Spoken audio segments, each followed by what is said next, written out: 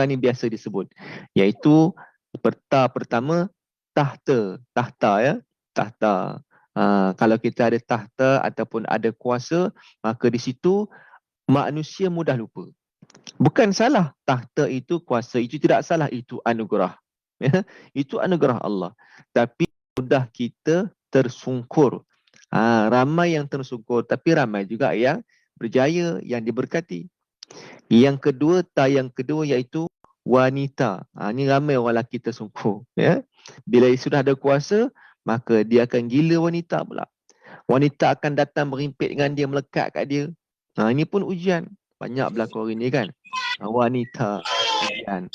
Yang ketiga iaitu harta. Harta. Ya, harta tuan-tuan. Dia bila sebut harta ni, siapa tak suka? Ya, minta maaf cakap, orang gila pun suka.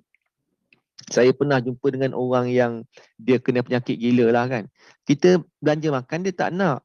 Tapi kalau dia bagi duit, senyum dia, nampak? Itu orang yang tak berapa nak waras tuan-tuan. Tapi bila dia bagi harta, nak juga. Manusia ya. Dan memang disebutkan dalam Al-Quran pun. Ya, dalam surah Ali Imran ayat 14. A'udzubillahi minasyaitanirrajim. Zuyyina lin-nasi hubbus syahawati minan nisa'i wal banin والبنين والقناطير المقنطرة من الذهب والفضة والخيل المسومة والأنعام والحرث ذلك متاع الحياة الدنيا والله عنده حسن المآب. صدق الله العظيم. Namalah kai paling kai. Surah Ali Imran ayat 14 ya. Dia biasa online ni banyak cabaran. Maklum ya. Kadang-kadang terlepas ya, kadang ter-on kamera, ter-off kamera. Ya, biasalah tu Tuan-tuan dan puan ya. Cerita ayat tadi surah Ali Imran ayat 14. Apa maknanya? Allah Taala sebut diperindahkan. Zuyyina, ulama mufassirin mengatakan zuyyina itu maknanya diperindahkan, dipercantikkan, diperindahkan. Siapa yang memperindahkan? Dalam bahasa Arab disebut sebagai apa? Fi'il majhul ya. Iaitu tidak disebutkan predikat dia siapa. Tak ada siapa, pembuat tu siapa? Tak ada pembuat. Diperindahkan. Siapa yang memperindahkan? Maka ulama tafsir kata ada dua. Yang pertama, Allah yang memperindahkan hidup manusia. Tafsir yang kedua, iblis dan syaitan yang memperindahkan pada mata kita nampak cantik.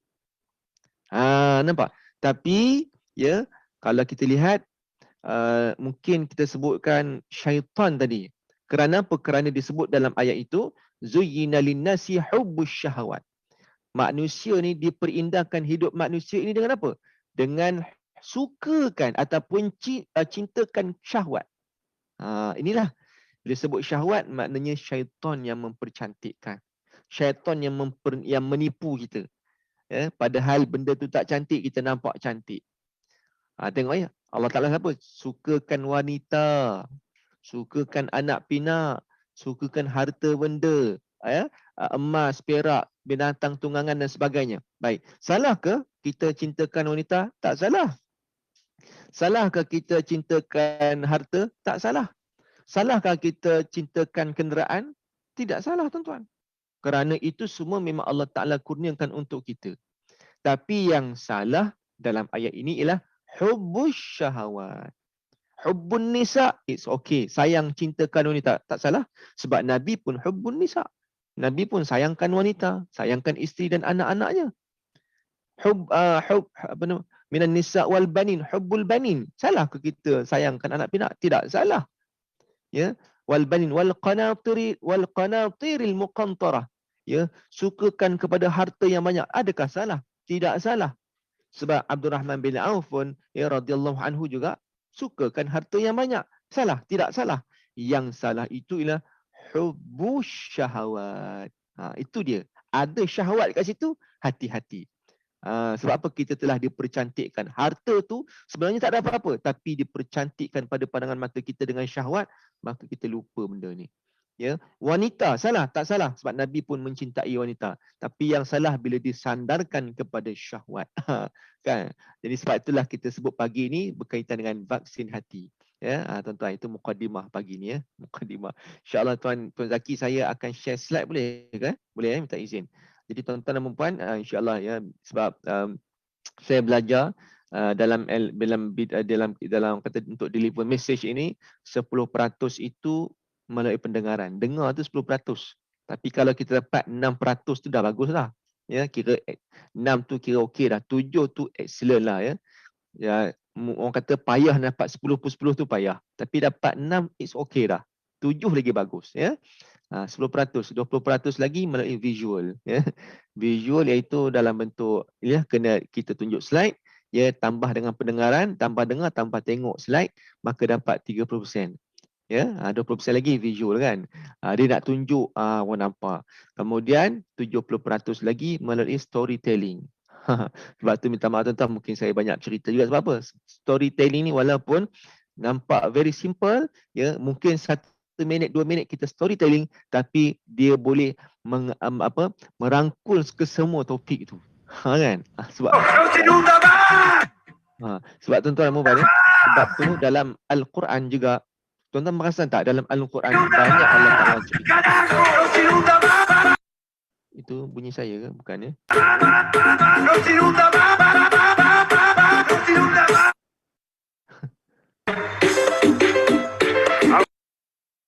Saya pula ke?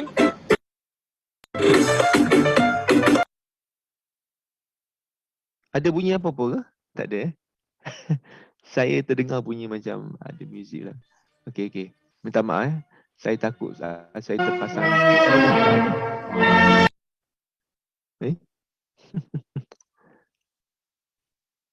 Bukan saya kot ya. Saya risau saya pula. Bukan saya. Saya risau ke ada tiba-tiba saya ada tak on YouTube ke apa. Okey, bukan saya, tak apa, saya risau pula. Okey, baik tuan-tuan, Allahumma salli ala Muhammad. Jadi apa nama saya tadi ya? Okey, sekarang ni insya-Allah saya akan sharekan slide dan tajuk kita pada hari ini tentang vaksin hati ya. Okey, baik. Saya sebut tadi ya, sebab tu dalam Al-Quran, kalau tuan-tuan perasan tak Allah Taala banyak menyampaikan mesej wahyunya melalui penceritaan. Cerita Bani Israel, cerita kaum Nabi Lut, cerita, nampak tak? Dan selalu Allah Taala datangkan ayat nak bagi kita faham. Allah Taala masalul ladzi, perumpamaannya ya, diumpamakan. Sebab apa? Allah Taala cerita supaya kita ni bila cerita kita mudah nampak. Baik, insya-Allah tuan-tuan. Saya akan sharekan slide ya. Allah, saya minta izin kepada admin boleh share slide ya, saya share.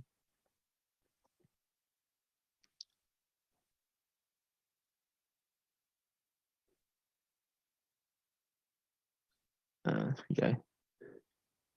Share balik.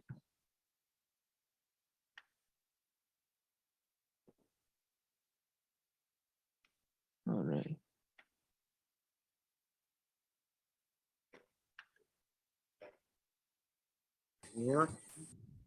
Okey. Nampak tak slide Boleh nampak kan slide saya? Boleh. Okey, baik. Allahumma salli ala Muhammad. Vaksin hati berkukuh integriti. Ini saya punya.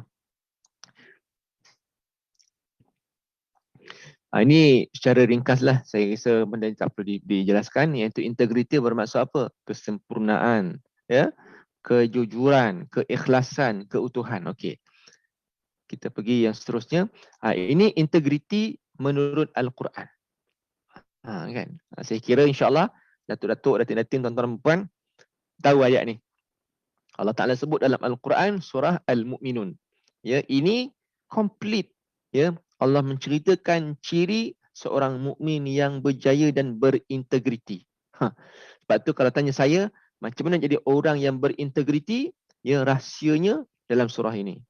Ya. Kalau kita follow ya, one by one, part by part, insya-Allah kita akan nampak clearly ya message yang Allah Taala bagi tahu macam mana nak jadi orang yang benar-benar berintegriti. Tengok ya. Kita bacakan ayat ini sikit, insya-Allah kita akan teruskan. A'udzubillahi minasyaitonirrajim. Bismillahirrahmanirrahim.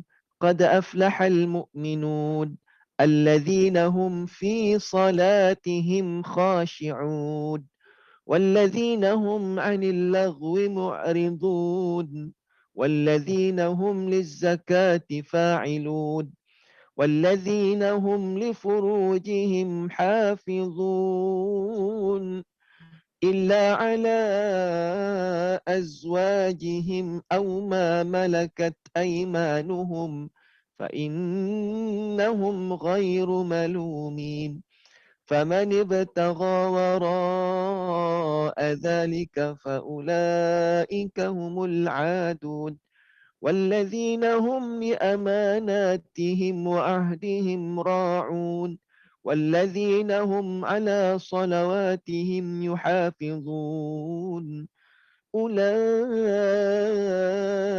هم الوارثون الذين يرثون الفردوس هم فيها خالدون صدق الله العظيم. Nah, tengok ya, saya pergi cepat ya. Allah Ta'ala sebut kat sini ciri orang yang berjaya.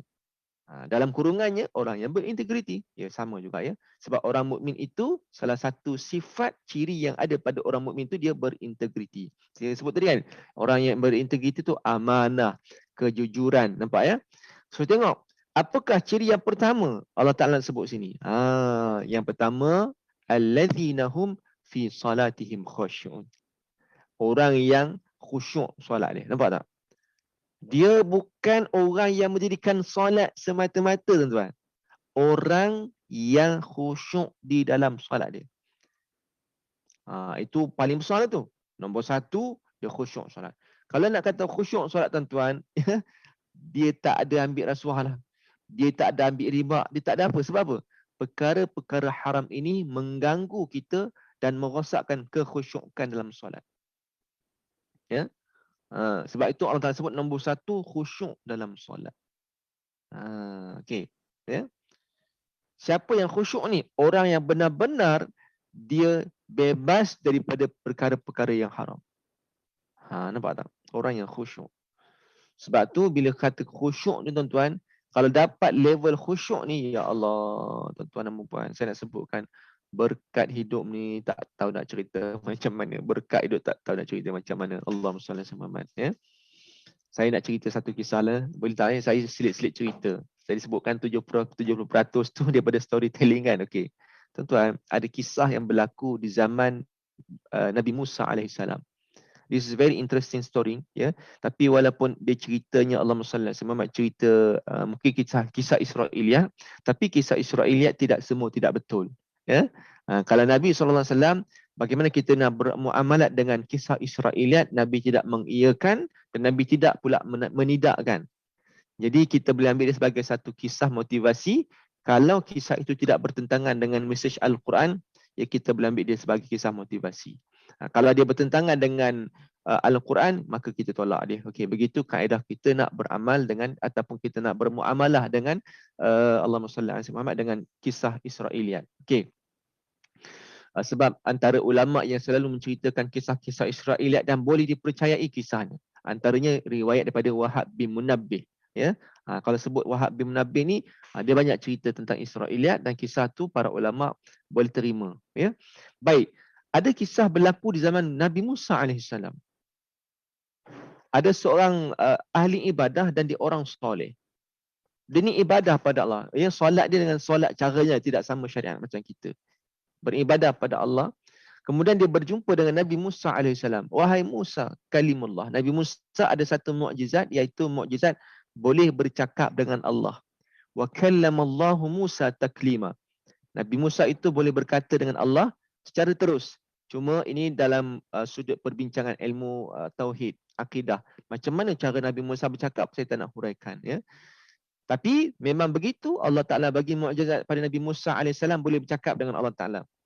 Baik, maka si hamba Allah, umat Nabi Musa yang orang kata rajin solat, rajin ibadah ni, dia jumpa Nabi Musa, dia kata, ya Musa, aku ni bila solat, bila aku ibadah pada Allah, ya, tak berapa nak khusyuk lah katanya.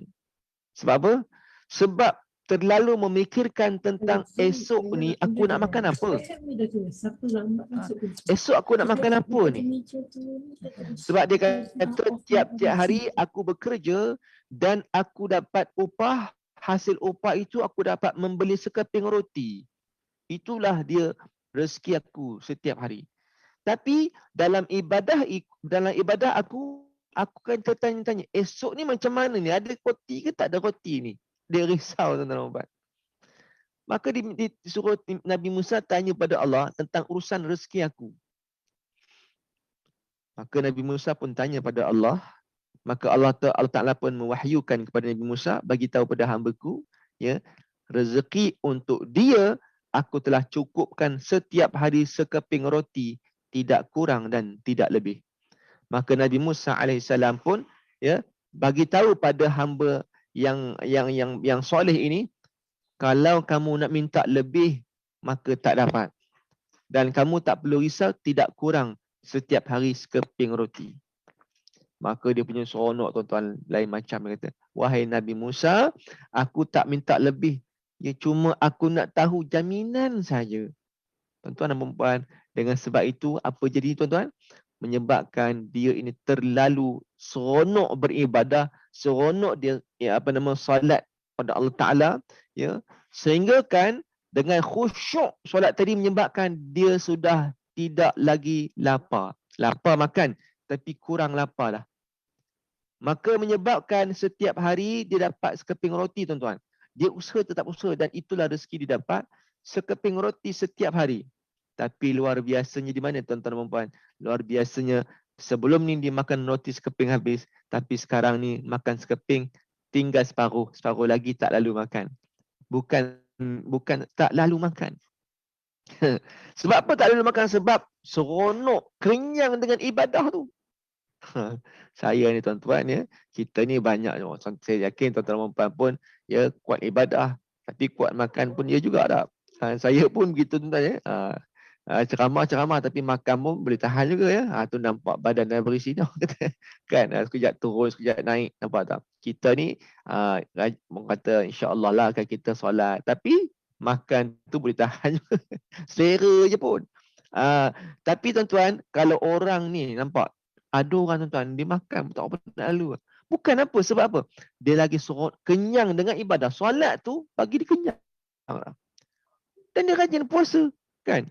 Sebab hidup ni hidup ni bukan untuk makan. Jadi dia nampak tak ada orang macam tu. Jadi begitu berlaku pada si hamba Allah ni. Dia tuan-tuan, ya Allah, dia solat yang jaga, menyebabkan sekeping roti tinggal separuh. Separuh tu simpan. Bertambah-tambah rezekinya. Banyak roti lebih tak makan. Padahal dulu habis. Sekarang ni dah bertimbun roti. Aku nak makan ni tak lalu lah. Maka dia rajin bersedekah. Orang miskin kata, ambil roti ni makan. Dia sedekah. Dulu tak berapa nak sedekah sangat. Sekarang ni rajin bersedekah. Kemudian tuan-tuan, ada seorang pengembala kambing datang pada dia. Dia cari rumput kering, tak jumpa. Maka si hamba Allah ni kata apa? Nah, kamu ambillah roti-roti aku ni, ambillah. Bagi makan dekat kambing kamu tu. Basahkan dia, bagi kami makan. Mudah-mudahan ada rezeki untuk kambing kamu. Tuan punya kambing ni punya seronok tuan-tuan. Dia hadiahkan kepada hamba Allah. Ini orang soleh. Ini seekor anak kambing. Hadiah. Nah, saya hadiahkan. Nak cakap terima kasih. Daripada seekor anak kambing tuan-tuan dan perempuan. Membiak hingga banyak kambing dia. Dan kawasan rumahnya mula rumput menghijau. Selang beberapa tahun Nabi Musa melalui rumah hamba Allah ni. Terkejut Nabi Musa. Dulu aku datang tak macam ni. Kenapa sekarang ni aku datang kambing penuh, rumput banyak? Nabi Musa tanya pada dia, bukankah Allah telah cukupkan kepada kamu setiap hari sekeping roti? Tapi macam mana kamu boleh dapat lebih macam ni? Dia kata apa? Nabi Musa, benar. Aku dapat setiap hari sekeping roti. Sama macam dulu. Tapi kerana aku telah yakin rezeki itu daripada Allah, menyebabkan Allah Ta'ala bagi lebih pada aku. Kerana apa tuan-tuan? Kerana khusyuk dalam solatnya. Tu saya nak bagi tahu ni nombor satu ni. Allazina hum fi salatihim khusyun. Namanya keberkatan. Bila berkat tuan-tuan dicerita bukan banyak sikit. Kenapa orang terlibat dengan rasuah? Kenapa orang pecah amanah? Sebab dia tidak yakin dengan rezeki Allah. Saya bagi analogi macam ni tuan-tuan. Orang yang terlibat dengan rasuah, minta maaf cakap, seolah-olah dia mencuri duit bapa dia. Seorang anak yang mencuri duit bapa dia. Bagus ke tak bagus? Anak kita kan tuan-tuan, bila dia nak duit, abah nak duit boleh. Berapa kamu nak? Nak duit RM1,000 nak berapa? Nak sekian-sekian. Kita bagi sebab anak kita minta izin, maka kita bagi. Nah, ambil ni ya. Kita bagi macam mana keadaannya? Saya sebagai ayah, saya bagi dengan penuh keredaan. Anak kita, ambil. Senyum. Tapi satu hari tuan-tuan, anak kita ni dia mencuri duit kita tanpa di belakang kita. Dia curi duit kita. Senyap-senyap dia ambil wallet, dia ambil duit. Saya tuan-tuan, ya, bila saya dapat tahu apa perasaan saya. Marah tak? Marah tuan-tuan. Benci tak saya? Saya akan terkesan. Kecewa, sedih. Kenapa anak aku buat macam ni? Dulu kan dia elok minta, kenapa sekarang ni dia curi duit aku? Maka bila saya dapat tahu tuan-tuan, maka saya akan marah anak saya dan sedikit kekecewaan. Mungkin banyak. Na'udzubillah min zalik, minta jauh. Sebab tu saya katakan orang yang ambil rasuah ni seolah-olah dia mencuri duit bapa dia. Ya. Kenapa Allah Taala kata kenapa kamu tak minta pada aku? Yang kamu nak ambil pecah amanah kenapa? Seolah-olah kamu curi harta aku. Soalan begitulah. Maka kalau anak bapa tadi marahkan anak, bagaimana pula Allah Taala? Ya, Allah Taala memang tak rugi tuan-tuan. Allah tak pernah untung dengan kita. Allah tak pernah rugi dengan kita. Tapi Allah Ta'ala tengok sikap kita tu. Nampak tak? Nombor satu, khusyuk dalam solat. Saya pergi cepat sikit lah. Yang kedua, wa'awalladzina hum anil lagwi mu'ridun. Mereka yang menjauhi perkara yang sia-sia. Nampak tak? Lara. Ya? Rasuah lara. Dan ciri ketiga, orang yang bayar zakat. Ya? Zakat itu wajib. Tapi tengok balik tuan-tuan. Saya salah seorang pendakwah korporat Majlis Agama Islam Negeri Perak. Ya? Dan saya bersama dengan mereka tuan-tuan. Sebenarnya Ustaz dia kata kadar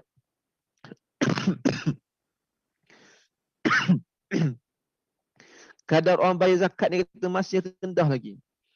Dia kata zakat fitrah tu okeylah, tapi zakat hak lain ni, zakat perniagaan, zakat pertanian, zakat emas ni ramai orang tak ambil ringan. Nampak tak? Jadi orang yang betul-betul berintegriti dijaga mana? Zakat. Yang keempat, dia menjaga ya farajnya ataupun kemaluannya. Ya, dijaga. Nampak tak? Yang kecuali siapa? Kecuali kepada ya yang dihalalkan kepada isteri kita, gitu ya, kepada suami kita. Kemudian Allah Taala sebut apa lagi? Kemudian orang yang amanah. Orang yang amanah. Nampak? Kemudian tengok, walladzina hum ala salawatihim yuhafizun, mereka yang menjaga solat mereka. Nampak tak? Tadi tuan-tuan buka dengan solat khusyuk, kemudian ditutup dengan solat juga. Maksudnya apa? So means dekat sini Allah Taala nak bagi tahu kat kita, solat ni satu benda yang sangat penting untuk kita menjaga integriti. Baik tuan-tuan ya. Okey, saya pergi yang seterusnya.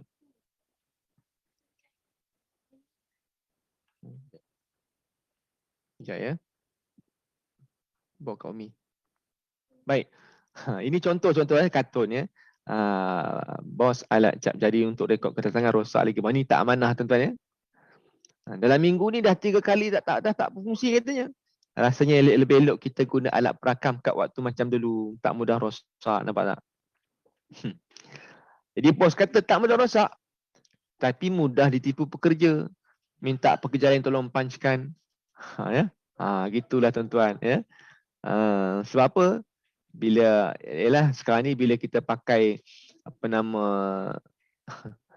yalah dulu pakai cap jari ya. Sekarang ni kan pakai thumbprint. Thumbprint orang lain tak boleh nak pakai. Kalau pakai mesin masa trade ni kan, siapa-siapa boleh buat. Kita pun Milah, kau tolong punchkan kat aku sekejap. Milah kata okey. Boleh. Tapi thumbprint masalah sikit payah. Sebab tu tuan-tuan, kalau orang yang benar-benar dia jujur dan dia nak cari keberkatan, dia tak fikir benda ni tuan-tuan ya. Kalau kata thumbprint lah. Ya, sebab apa? Dia bukan kira thumbprint ke punch card ke. Yang penting dia kata aku kena jujur dan amanah. Baik tuan-tuan, kita pergi yang seterusnya ya. Bagaimana kita nak mendefinisikan orang yang cemerlang? Tadi saya dah sebut dah ya, ciri Al-Quran tadi. Sekarang kita pergi lebih deeper lagi insya-Allah, iaitu bagaimana yang disebutkan sebagai orang yang cemerlang. Yang cemerlang itu mereka yang lebih daripada baik. Better than best. Ya. Maksudnya best tu dah bagus dah. Tapi better daripada best tu, itu nak cemerlang. Lebih daripada baik. Okay. Sebenarnya ini syiar Islam.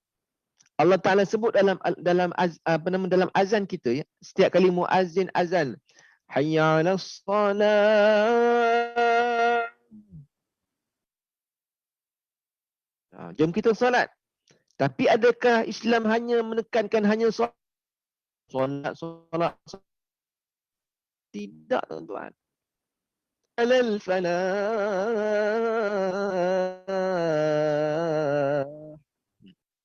Ya.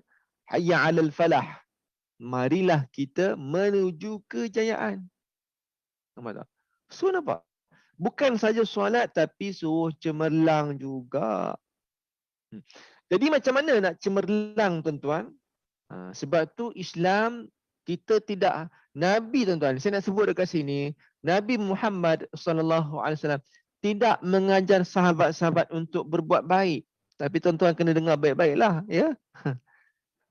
Adakah tuan-tuan dan puan setuju dengan statement ni? Nabi SAW tidak mengajar sahabat-sahabatnya untuk berbuat baik. Sudah. Jangan ya, kadang orang tuan-tuan dia cut potong-potong video ni. Dia kata ni ustaz ni cakap ya, Nabi tak pernah ajar buat baik. Lepas tu dia potong kat situ dia. Post kat TikTok. Sudah. Ya. Tapi kena dengar baik-baik. Nabi tidak ajar sahabatnya berbuat baik. Habis tu yang Nabi ajar ialah buat yang terbaik. Nampak tak? Jadi suami. Nabi tak suruh kita jadi suami yang baik. Tapi Nabi suruh jadi suami yang terbaik. Sama juga isteri. Saya dah baik dah ustaz pada suami saya. No. Nabi suruh yang terbaik. Yang terbaik tuan-tuan sampai bila-bila pun kita kena perbaiki. Ya. Upgrade. Sama juga jadi staff. Saya dah jadi staff yang hebat dah. Nabi suruh buat yang terbaik. Staff yang baik tapi tak cukup, kena terbaik. Sebab Nabi tu yang terbaik. Sahabat-sahabat pun yang terbaik. Nampak tak? Jadi tuan-tuan dan puan-puan, yang kita perlu fokus di sini ialah kecemerlangan itu ialah excellent. Bukan hanya sekadar good saja. Good tak cukup bagus. Excellent tuan-tuan. Super excellent itu yang kita nak. Ya, dah super excellent pula. Baik. Allahumma salli alaihi wasallam. Kita pergi yang seterusnya. Harvard Business School kata, ya, ini kajian Harvard Business School lah, ya, dia orang selalu buat kajian dan sebagainya kan. Baik, Allahumma salli alaihi Muhammad. Nak jadi orang cemerlang ni, ya, 7% itu menerusi ya, ilmu yang didapat. Ilmu, kemahiran, informasi, knowledge, ya. Yang ini kita boleh belajar, ambil master, PhD. Saya pun ni tahu mengaji di UKM kan, ambil apa nama tadi Tuan Hairul Zaki sebut tadi, saya memang ambil sijil syariah, sijil fiqh kontemporari, syariah kontemporari di UKM ya. Saya ambil ya, apa nama, saya pun tak pasti lagi, masih ada lagi, rasa dah tak ada kot ya. Program yang ditawarkan, wallahu alam ya. Tapi saya antara batch yang awal waktu ditawarkan Mbak Datuk ni lah, Datuk Profesor Dr. Izhar dia yang open kat kami, saya pun masuk. Alhamdulillah ya, banyak saya belajar dekat situ. Baik. Jadi kita tengok ya, ambil sijil ke, ambil program diploma ke, degree ke, master PhD ke, tuan, double degree ke ya, double PhD ke apa tuan-tuan, bagus, bukan kata tak bagus, tapi sebenarnya 7% saja. 7% tuan-tuan. So yang lebih lagi 93% lagi datang daripada kita punya attitude, sikap. Kalau dia banyak ilmu tuan-tuan tapi tak beramal, tak guna juga. Sebab tu para ulama kata orang yang berilmu tidak beramal samalah dia seperti orang yang jahil. Nampak tak? Ilmu banyak ni, alim, tapi tidak beramal dengan ilmunya, sama dengan jahil. Apa guna ilmu 7% je tapi sikap mana you punya sikap? Mana you punya amal? Attitude mana? Kenapa tak buat? So tak cemerlang. Tapi kalau orang itu sedikit ilmunya dan dia istiqamah buat benda itu, sikap, maka dia cemerlang. Sekarang ni, ya, kita lihat Nabi SAW pun begitu. Nabi itu kaya dengan akhlak. Sikap ni orang Melayu panggil. Ataupun kita panggil juga akhlak. Sikap.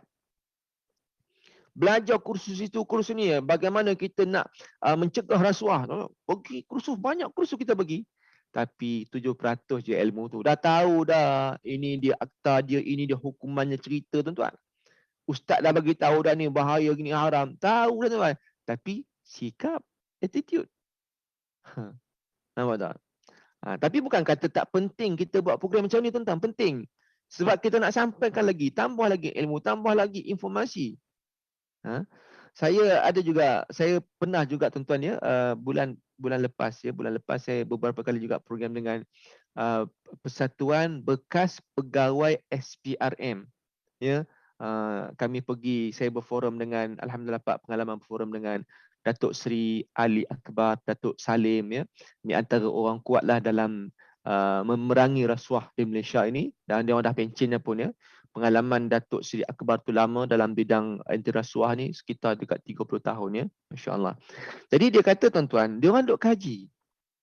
Mengkaji kenapa, apakah faktor yang mengundang rasuah? Macam kita nak cegah benda ni. Ada dua benda. Yang pertama dia kata iaitu sistem dia. Kita kena perbaguskan sistem. Tapi alhamdulillah saya lihat ya, kita punya Perdana Menteri hak sekarang ni pun sangat berjuang untuk memengeras rasuah. Saya cukup respect lah benda itu. Ya. Orang kata nak mencegah rasuah. Satu benda yang bagus. Okey. Satu dia kata sistem tu kena bagus. Buat akta itu penting. Bagaimana kita nak menentang rasuah. Sistem bagus.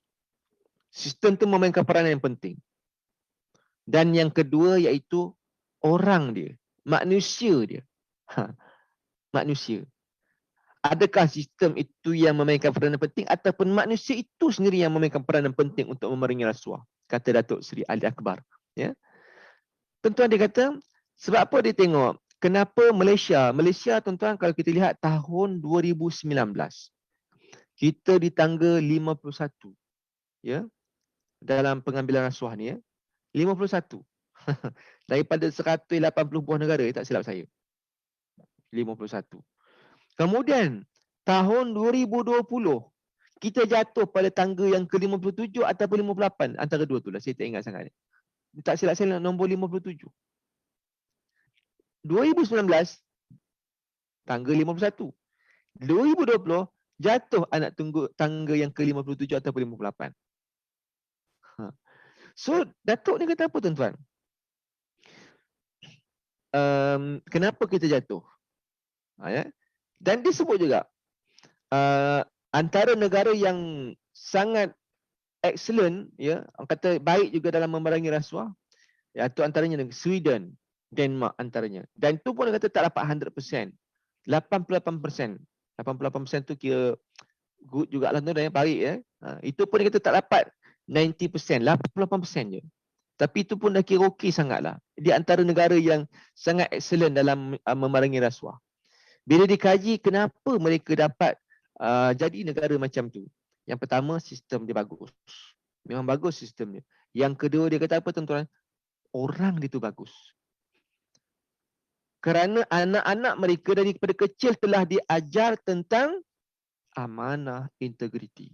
Hantar sekolah tinggi-tinggi bukan suruh jadi dapat pangkat besar, tidak. Tapi belajar tinggi-tinggi supaya jadi manusia yang amanah. Sama juga Denmark ataupun Sweden macam tu dia kata. Dan dia kata negara Singapura, minta maaf ya kalau ada orang Singapura sini. Ya, ini fakta lah. Ya. Negara Singapura kata beliau antara negara yang excellent juga, ya, top 10 dalam memerangi rasuah. Satu, kerana negara dia kecil dan dia memiliki sistem yang bagus. Sistem dia bagus. Cuma dia kata, minta maaf cakap, orang dia, rakyat dia, masyarakat dia, ya, tak berapa nak bagus sangat. Minta maaf orang Singapura ya. Sebab dia kata apa? Kebanyakan orang Singapura kalau dia nak ambil rasuah, dia akan masuk Malaysia. Dia akan masuk Johor. Dia nak ambil, nak pecah amanah, dia akan pergi ke negara Johor. Dan dia kata orang Singapura, bila duduk di Singapura, dia jadi orang Singapura. Masuk Malaysia, dia jadi orang Malaysia. So, dan mana ceritanya, orang Singapura dari segi orang dia itu tak cukup kuat. Tapi kerana orang dia tidak ramai dan negara dia kecil. So, mereka cukup takut nak ambil rasuah sebab mudah kantoi dan dia orang tahu kesan dia sebab dia orang tak ramai. Sebab itu menjadikan mereka tu cemerlang. Jadi dia kata sekarang ini, yang penting tu dua. Sistem bagus, orang dia kena bagus. Barulah kita dapat mencegah rasuah dengan jayanya. Alhamdulillah, kita punya Perdana Menteri sekarang ni cukup berjuang untuk mengrasuah. Tapi dalam masa yang sama, menjadi satu persoalan. Bagaimana manusia ataupun orang di Malaysia ni? Itu persoalan dia. Sebab macam tadi Tuan Hairul Zakir disebutkan. Ya. Dan begitu juga panel yang saya pernah forum sebelum pun disebutkan. Di Malaysia ini, kata beliau, ya, mungkin dia kata, kemungkinan kita masih di tangga yang sama walaupun kita 100 tahun akan datang pun. Kalau tengok pattern macam ni. Kerana apa? Kerana hari ni yang banyak ditangkap kerana pecah amanah ambil rasuah, kebanyakan mereka berusia 20-30 tahun. Pegawai-pegawai muda. Tak kisahlah mana-mana pegawai kerajaan ke pegawai swasta ke, tapi dia kata muda-muda hari ni. Dan pecah amanahnya tuan-tuan bukan kecil-kecil, besar-besar. Dan dia nampak, ya, kalau begini kesannya, kesan akan datang kalau mereka yang sudah muda-muda sudah pecah amanah, bayangkan mereka yang akan pegang tampuk pimpinan negara, menyebabkan 100 tahun pun kita mungkin di tangga yang sama. Dan seolah-olah kita dah mengamalkan, kita mempraktikkan tuan-tuan, iaitu dengan cara apa? Amalan-amalan warisan. Dia kata begitulah. Alah, bos pun boleh, alah ketua pun boleh, ya.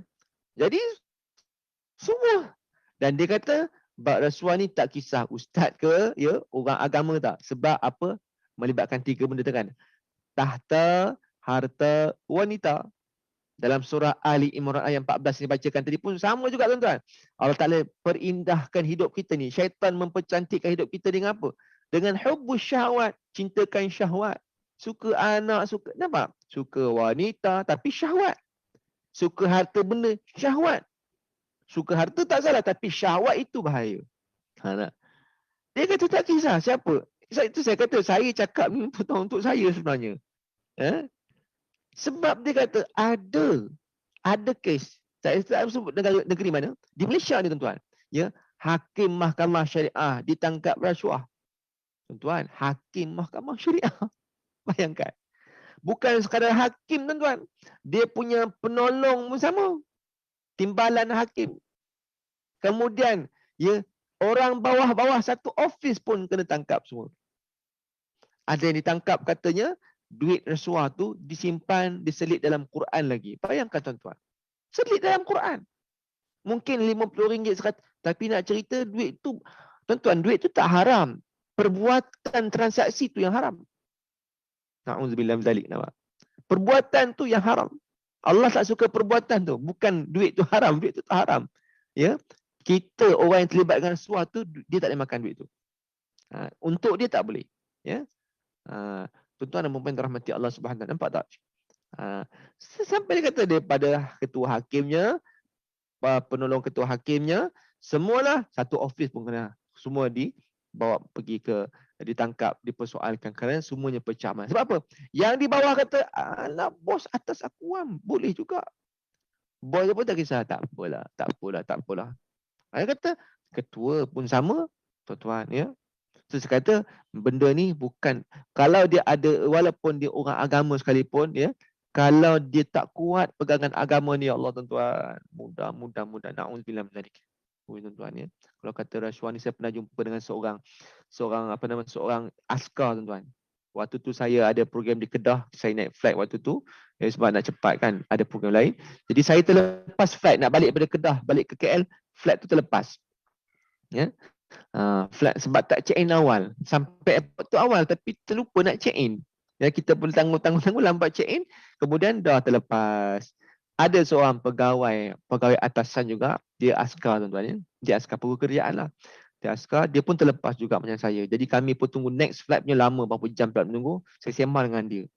Kita saya ni baru balik daripada kerja, berapa bulan dia duduk dalam hutan, menjaga sempadan Malaysia dengan Thailand.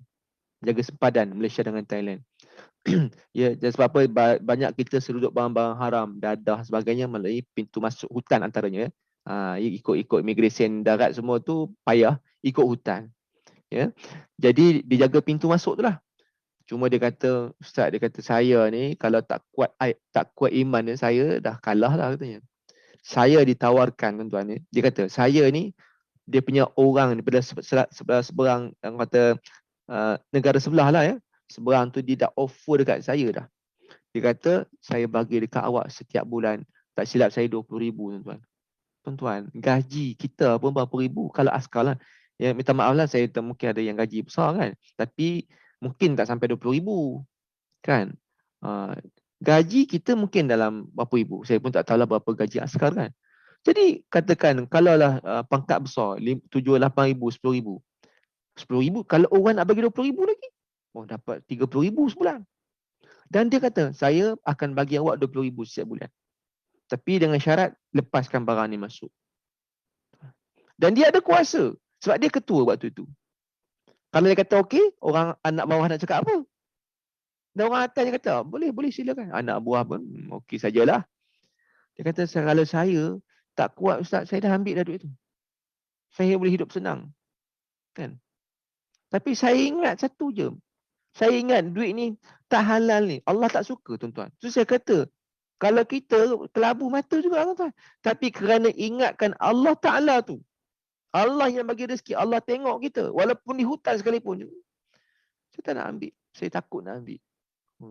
Kalau ikut hati tu Ustaz memang nak ambil. Berat nak ambil tu. Tapi dia kata fikir panjang lah kan. Sepandai-pandai tupai melompat. Akhirnya jatuh ke tanah juga. Saya tak berani kata. Tapi itulah ujian besar dia kata. Saya tak nak ambil. Ya. Saya ni dia ugut bunuh. Satu hari saya duduk dia tengah-tengah buat misi.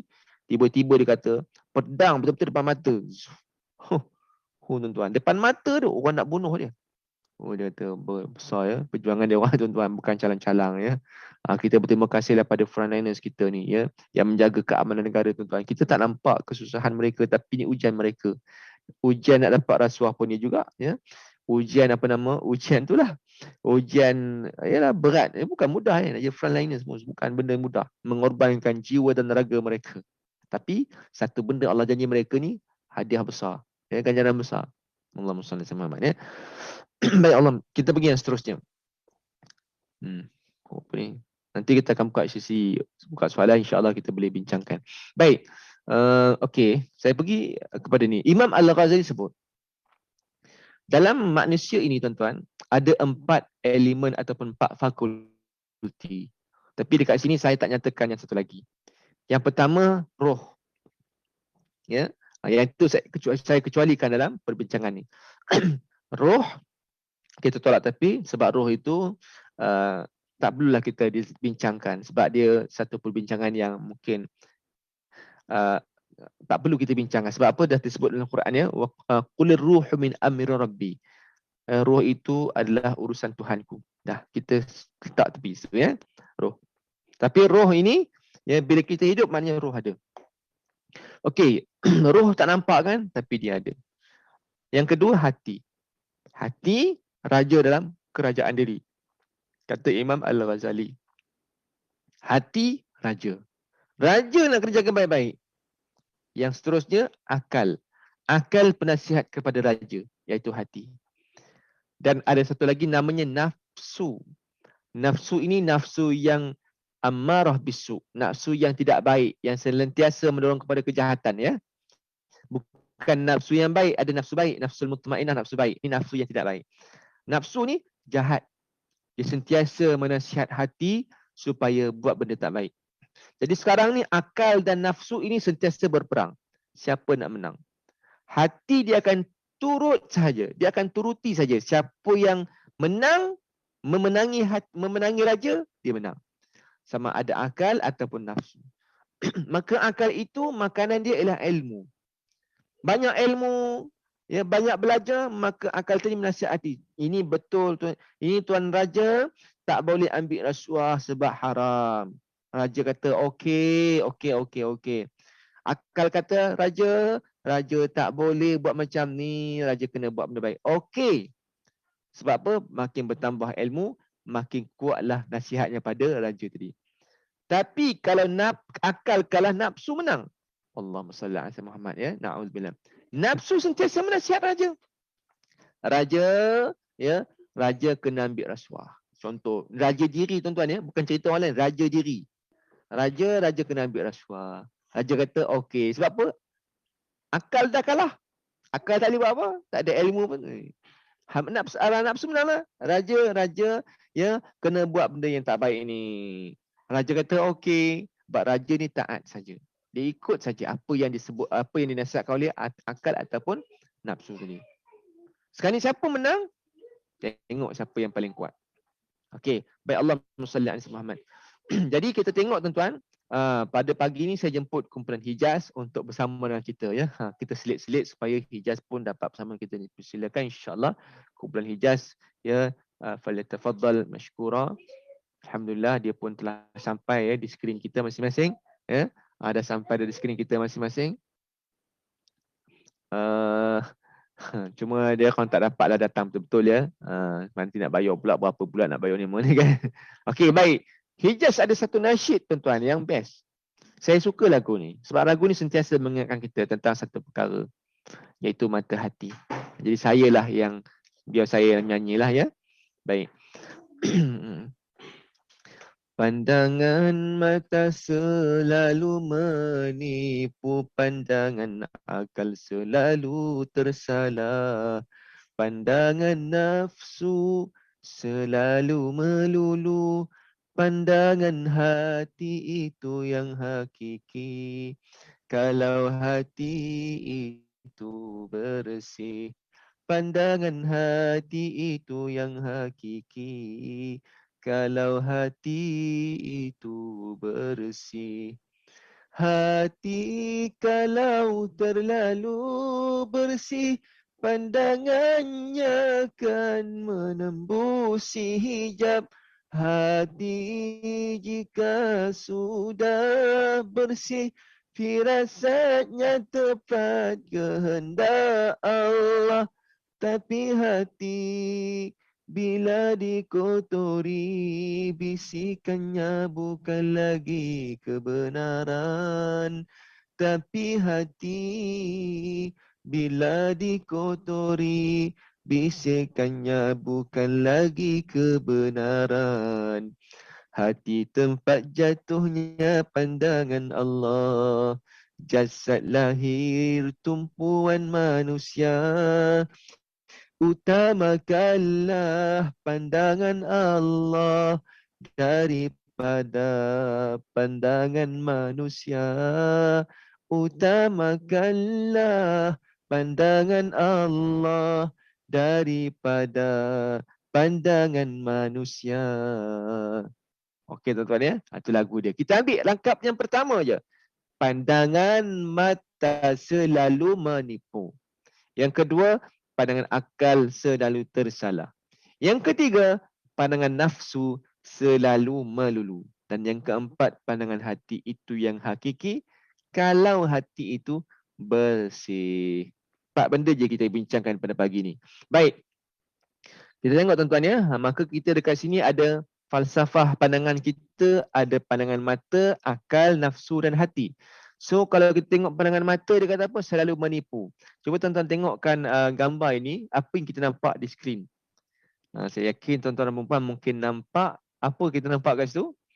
Ada dua orang, seorang atuk, seorang nenek, ya. Wong Jawanya omong, ya, mbah lanang mbah wedok. Ya. Ada mbah lanang mbah wedok. Ada atuk, ada tok wan. Tapi sebenarnya it's not, tuan-tuan. Tidak, ya. Sebenarnya tak ada atuk, tak ada nenek pun kat situ. Yang ada apa? Gabungan lukisan yang membentuk seolah-olah ada seorang atuk dan nenek. Padahal tidak ada nenek dan atuk kat situ. Tuan-tuan perasan tak ada orang sedang bermain gitar? Ada orang yang sedang menjunjung sesuatu benda di atas kepala dia? ada gelas di tengah-tengahnya, ada botol kaca dekat situ, ada orang yang sedang keluar dari pintu. Dia adalah gabungan lukisan. Ha? Gabungan lukisan. Maka tuan-tuan, kalau kita perhatikan Allahumma salli ala Muhammad. Ni pandangan mata ni, menipu kan? Menipu. Ha. Tengok, siapa tak nampak? Siapa tak nampak tu maknanya panjang umur insya-Allah. Siapa tak nampak panjang umur. Piramli kata pendek umur saya tukar ya. Siapa tak nampak panjang umur. Siapa yang nampak lagi panjang umur insya-Allah. Ya. Okey, tengok yang kedua. Apa yang kita nampak di skrin kita akan nampak tengkorak ya. Betul kan? Betul kan? Tengkorak tapi sebenarnya bukan tengkorak. Itu adalah ya sepasang couple yang sedang dinner di malam hari. Nampak ya? Siapa nampak lebih panjang umur, siapa tak nampak panjang umur, insya-Allah. Okey, yang ketiga. Apa yang kita nampak dekat sini? Yang kita nampak ialah apa kita nampak tuan-tuan? Nampak kepala arnab. Betul eh? Ataupun nampak kepala itik. Ataupun kepala burung. Tiga-tiga pun betul. Nampak kan? Nampak eh? Kalau kita perhatikan di sebelah kanan kita akan nampak kepala arnab. Kalau kita alihkan pandangan kita ke sisi kiri kita akan nampak kepala itik ataupun kepala burung. Ya? So mana satu betul? Sebenarnya tiga-tiga pun betul. Yang kata rimau tak apa betul sangat. Ya? Ada orang kata nampak rimau. Mana rimau ni saya tak tahu. Harimau ya. Nanti kalau kata kepala itik, kepala arnab, itu boleh kata terimalah. Maknanya apa? Pandangan mata ni, ada orang nampak macam ni, ada orang nampak macam ni. So that's why ya, orang UKM kata apa? Don't judge a book by its cover. Kan orang UKM kan canggih-canggih ni. Jangan kita menilai satu-satu buku itu tengok pada luarannya. No.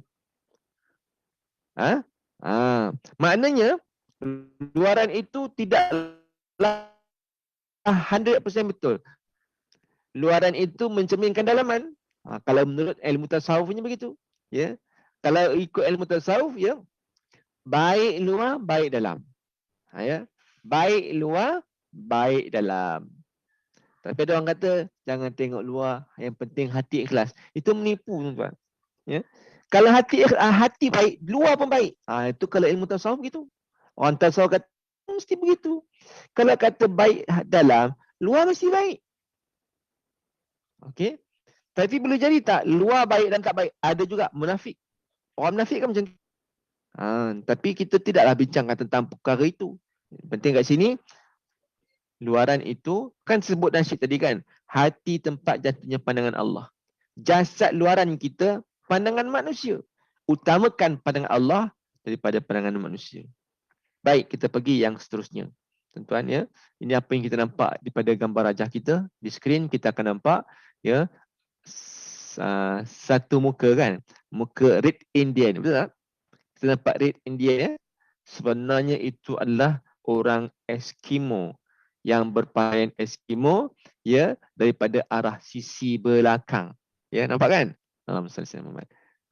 Siapa nampak panjang umur, siapa tak nampak ya. Siapa yang nampak lebih panjang umur, insya-Allah. Siapa tak nampak panjang umur. Nampak kan? Nampaklah, insya-Allah. Ya, orang UK semua hebat-hebat dah, insya-Allah. Baik tuan-tuan dan puan, kita tengok satu jenis kuih ini. Ini namanya kuih ketayap.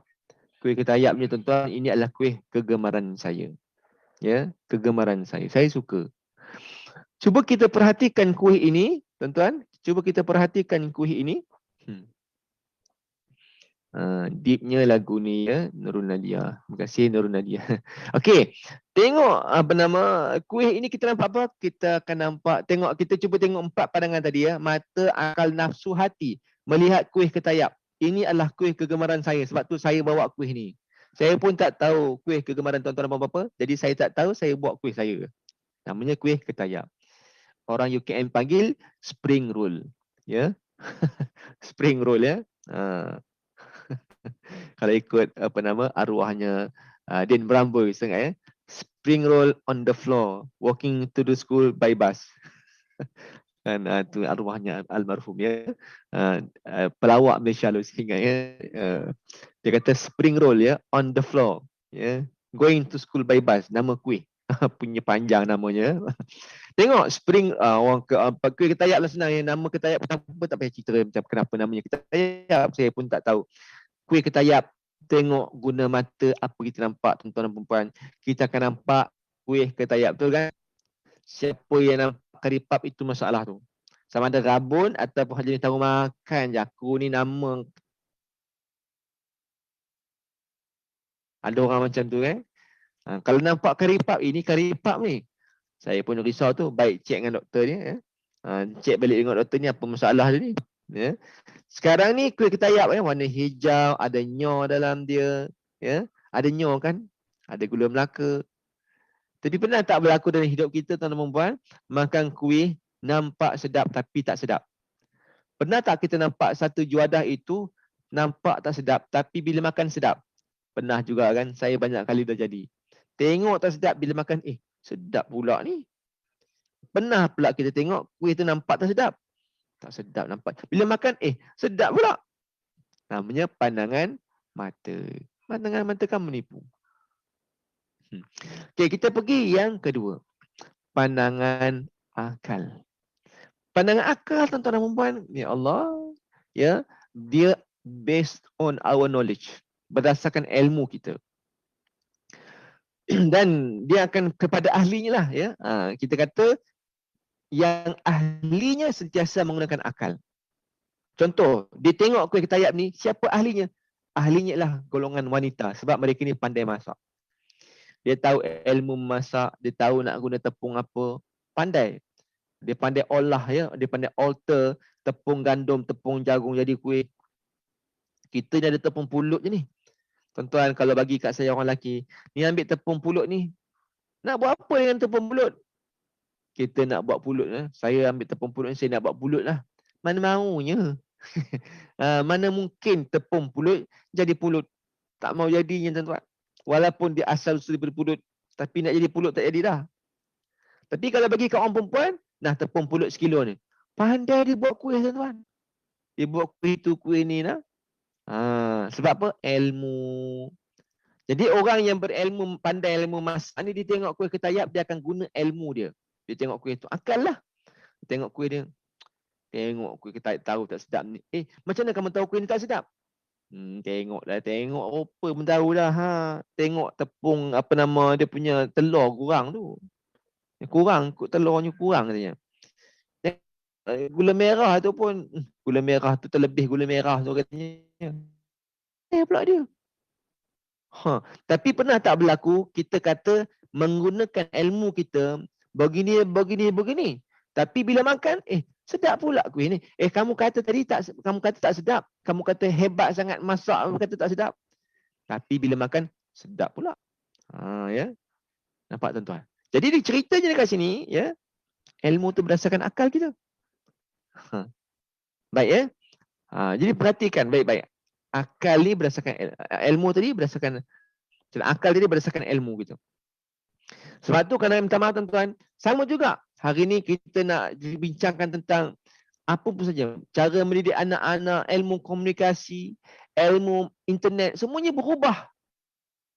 Kalau dulu kita ambil dulu siapa yang mungkin dia ambil degree dalam sains komputer, computer science tuan. Dulu tuan-tuan, siapa ambil sains komputer? Macam ni. Ambil kos apa? Sains komputer. Hebat tuan-tuan ya. Orang expert dalam ilmu IT ni. Tapi hari ni kalau dia tak upgrade tuan-tuan, orang tertinggal jauh ni, menung ni apa benda ni, tak faham ni Facebook ni meta pula ni. Dia pun tak tahu dah. Dah tak tahu dah apa namanya punya apa benda lah, macam-macam benda lah ya. Banyak apa nama. Jadi kalau dia tak upgrade, boleh tak dia kata okey, sekarang ni kita nak belajar sains ilmu tentang sains komputer. Ajar benda. Orang tak pakai tau. Nampak tak? Pandangan akal selalu tersalah. Ada kala betul tetapi selalu tersalah. Okay, yang ketiga, ya, sama juga kita ngaji Quran tak boleh guna akal. Kalau guna akal sesat. Ya, sebab Al-Quran tu bukan ilmu yang mesti betul lah kita kena banyak fikir. Tapi Al-Quran tu nak faham, ya, Tidak hanya dengan akal, sebab ada perkara yang tidak logik di akal. Isra' Mi'raj, mana logik? Tak logik. Tapi wajib kita mengimaninya. Sebab tu Al-Quran tak boleh kita guna akal. Ya, bergantung kepada akal semata-mata, maka mudah sesat. Logik ya. Kita akan kata tak relevan. Maka akal selalu tersalah. Yang ketiga, pandangan nafsu. Pandangan nafsu bahaya. Kalau melihat satu benda menggunakan nafsu, orang Melayu kata apa? Ikut nafsu mati. Betul lah. Bahaya, jangan guna nafsu. Orang ambil rasuah sebab nafsu. Waliyazbillah zalik. Sebab nafsu. Ada akal tu. Ada mata, ada akal. Tapi yang menang nafsu.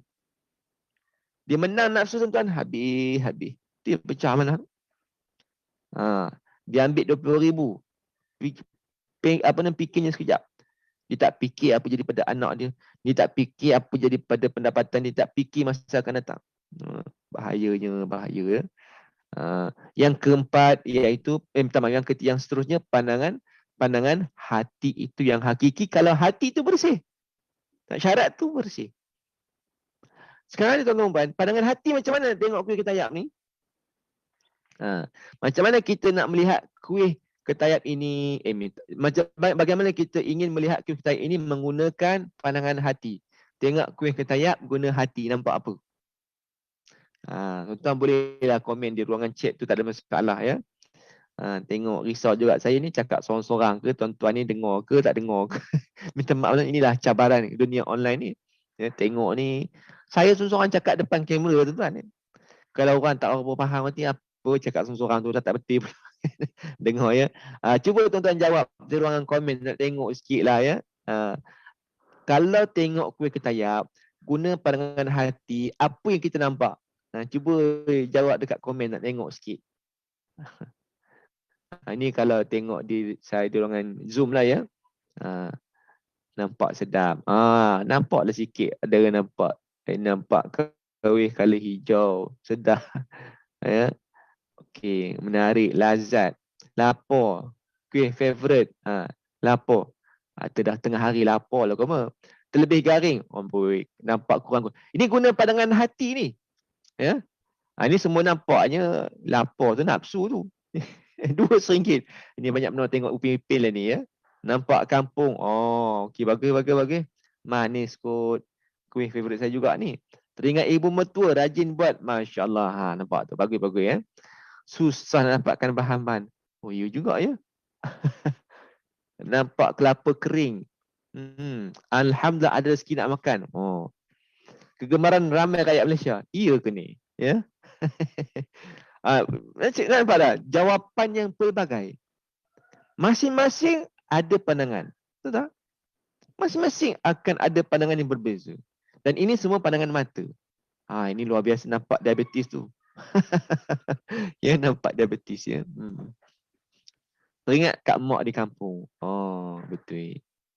Pagi ni pun boleh kuih ketayap. Kebetulan ya. Kebetulan. Hantarlah sini sikit. Okey, macam ni tuan-tuan. Ni guna pandangan hati tau. Kenapa saya pilih kuih ini sebagai contoh pada hari ini? Iaitu sebabnya Allahumma salli ala Muhammad, kerana kuih, bila saya tengok kuih ketayap, saya tidak nampak kuih ketayap. Ni pada pandangan hati saya ya. Pada pandangan hati tuan-tuan saya tak tahu. Sebab hati ni benda hak tak nampak. Tapi saya tengok ni ada nampak pandangan hati tu. Ada yang nampak pandangan mata. Yang kata nampak lapar tu makna nafsu tu. Yang kata nampak warna hijau, nampak adanya tu, itu maknanya pandangan mata. Kita melihat dengan pandangan mata tu. Kemudian ada nasi tengok tu, dia kata teringat kat mak mertua. Itu pandangan hati. Dia kata teringat di kampung. Itu pandangan hati. Dia tengok kuih ketayap, dia teringat mak dia. Teringat mak mertua dia. Itu pandangan hati. Yang nampak kuih ketayap, fizikalnya, itu pandangan mata. Yang lapar tu, itu nafsu. Yang nampak diabetes tu, kan nampak diabetes tu, itu pun mungkin juga disebut sebagai pandangan hati juga. Mungkin. Ya? Okey. Sebab apa tuan-tuan, saya tengok kuih ketayap ni dengan pandangan hati saya nampak ialah wajah ayahanda saya. Ayah saya bukan nama Ketayab ya. Ayah saya namanya ya Yahya. Tapi kenapa tuan-tuan? Ayah saya ni telah pun meninggal dunia pada tahun 1992. Waktu tu saya darjah 1, kecil lagi. Ya, kecil lagi. Sekarang ni berapa umur saya? Biar rahsia. Ya, tapi tuan-tuan boleh kira lah ya. Tahun 1992 saya darjah 1. Mak saya buat kuih ni. Satu hari lepas ayah dah tak ada, mak saya memang suka kuih daripada kecil sampai agak besar ni pun suka benar. Ya, mak saya buat kuih ni. Satu hari saya tengok mak saya menangis. Waktu tu saya kecil lagi. Nangis mak saya. Saya tanya dengan mak saya, kenapa mak menangis ni mak? Mak teringat kat abah kamu. Kenapa? Abah kamu cukup suka kuih ni. Mak teringat kat abah kamu, dia suka sangat kuih ni. Dulu abah sakit, abah minta kuih ni mak buat. Abah sihat, mak abah pun suka sangat kuih ni. Tuan-tuan, ya. Perkara itu menyebabkan saya teringat momen itu sampai hari ni, kata-kata mak saya. That's why bila saya tengok kuih ketayap, nombor satu yang saya nampak ialah wajah ayahanda saya. Apa yang saya buat? Ya, saya akan bacakan doa untuk dia. Dan yang kedua, saya akan muhasabah diri. Ya Allah, esok aku mati macam mana ya Allah? Nampak tak tuan-tuan? Namanya pandangan hati. So sekarang ni ceritanya tuan-tuan, bila kita kaitkan dengan rasuah. Kita ada kat situ ya. Ini firman Allah dalam Al-Quran surah Al-Hajj ayat 46. A'udzubillahi minasyaitonir rajim. Afalam yasiru fil ardi fatakuna lahum qulubun ya'qiluna biha aw adhanun yasma'una biha fa innaha la ta'mal absar walakin ta'mal qulubul lati fis sudur. Sadaqallahul azim. Tengok ya di hujung ayat tu. Fa innaha la ta'mal absar walakin ta'mal qulub allati fis sudur. Sesungguhnya bukanlah mata itu yang buta, tetapi yang buta ialah hati yang ada dalam dada kita. Buta hati tu dah, ramai orang celik matanya. Orang yang ambil rasuah kebanyakannya celik matanya, tapi hatinya buta. Sekarang ni kita nak proses celikkan hati kita, gunakan pandangan hati. Ya, sebab tu Nabi ajarkan kepada kita tuan-tuan, pada saya yang mungkin bukan beragama Islam pun, ini adalah satu nilai yang kita kata nilai kemanusiaan. Nabi kata apa? Ya, al-birru matma'annat ilaihil qalb. Kebaikan itu menjadikan hati kita tenang.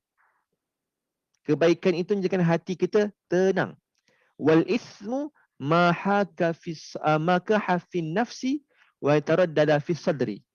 Dan dosa itu menyebabkan jiwa kita tidak tenang dan hati kita akan gundah gulana. Orang Perak kata apa? Hati libang libu. Ya, libang libu. Tak tenteram. Nampak tak? Dosa itu menjadikan kita tak tenang. Sebab tu tak usah tipulah tuan-tuan. Orang yang ambil rasuah ni hidupnya tak tenang. Macam Datuk Seri Salim yang saya pernah forum dengan dia. Dia kata, kawan dia dah ambil rasuah. Dan kawan ni satu jawatan besar. Jadi jawatan berkuasa. Dia ambil rasuah. Dan dia dah kantoi. Ya, dah kantoi tuan-tuan. Maka, dia ada 2 isteri dah salah saya. Dia ada 2 isteri. Dia bagi kat isteri dia. Allah kaya tuan-tuan. Bagi duit banyak. Bagi kat isteri nombor 1. Nak ceritanya kalau dia bagi kat isteri dia banyak duit. Isteri nombor 2 dia banyak duit. Dia sendiri berapa duitnya? Ambil rasuah. Dia pun panggil Datuk ni datang. Aku ni nak cerita, nak mengadu masalah. Macam mana nak selesaikan masalah aku ni. Panggil dengan Datuk. Sama-sama Datuk. Ya? Ni Datuk sembang. Sambil-sambil makan, Datuk Seri ni order 1 pinggan nasi. Yang kawan ambil rasuah tu pun order sepinggan nasi. Makan kat restoran yang sama. Sambil-sambil menyembang. Ya? Lepas tu apa jadi? Datuk Seri ni makan habis. Alhamdulillah sedap makan nasi ni. Hak kawan dia tu, depan dia tu tuan-tuan. Makan nasi. Separuh pun tak habis. Suku je makan. Kenapa nak makan ni? Aduh, tak lalulah makan. Kenapa tak lalunya? Oi, fikir masalah ni dah kantoi ni macam mana nak buat ni. Nak cerita ni tuan-tuan.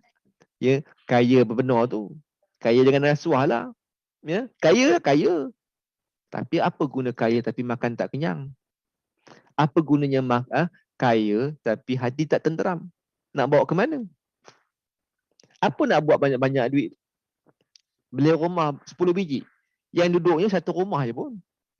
Nak beli kereta berapa biji? 10 biji beli kereta. Yang pakai satu je pun. Badan kita bukan boleh potong 10. Tak ada. Satu badan je. Oh, saya ada 10 biji rumah. Tapi hak duduknya satu tu je. Habis tu 9 tu buat apa? Sekaja nak bermegah je pun. Kan? Nak tunjukkan kita ni orang hebat. Tapi tenang tak tenang. Melainkan kalau duit halal tak ada masalah lah. Tapi kalau duit yang tak halal, tenang tak tenang hidup. Sebab apa? Allah perang hati kita. Ya? Tuan-tuan dan puan, saya nak tutup dengan satu video ni. Saya nak tutup dengan satu video. Kan saya sebut tadi, bila kita tengok video ni dia merangkumi banyak benda. Saya akan share video ni insya-Allah. Sekejap ya. Video.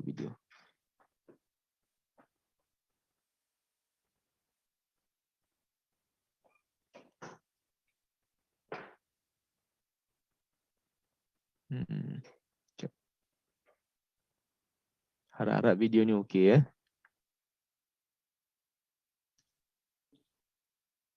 Okey, kejap.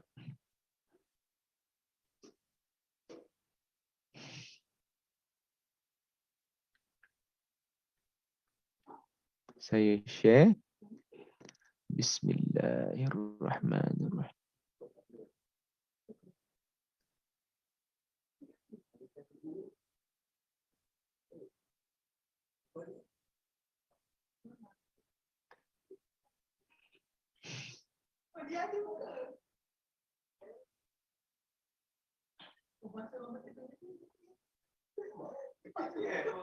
Itu ni.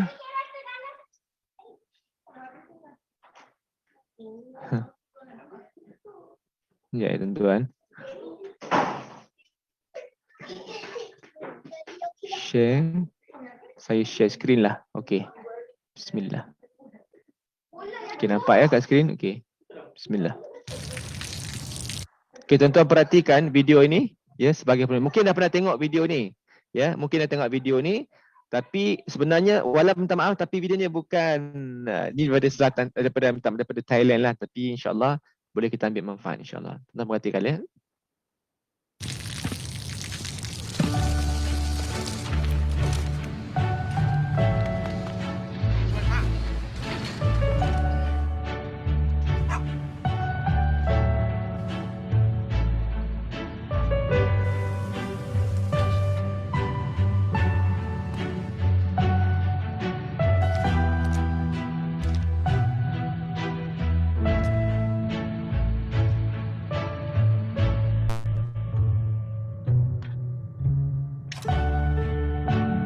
เขาจะได้อะไรถ้าเขาทำแบบนี้ทุกวัน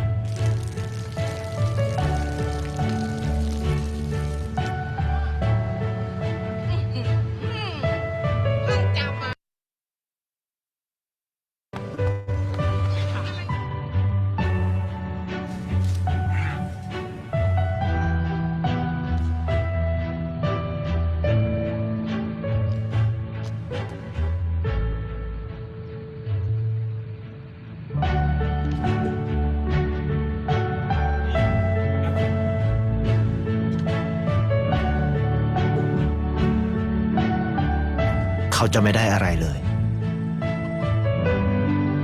ไม่ได้รวยขึ้นไม่ได้ออกทีวีไม่มีใครรู้จักไม่ได้มีชื่อเสียงที่มากขึ้น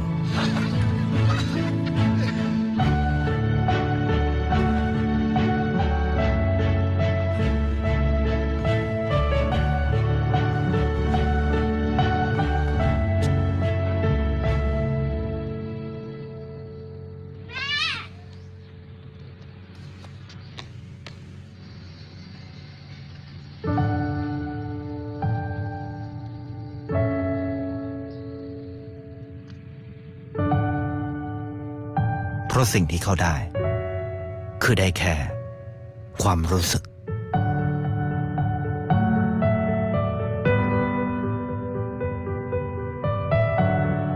ได้เห็นความสุข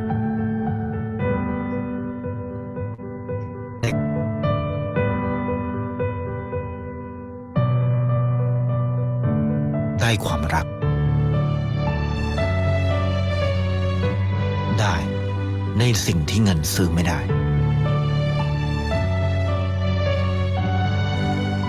ได้โลกที่สวยงามกว่าเดิม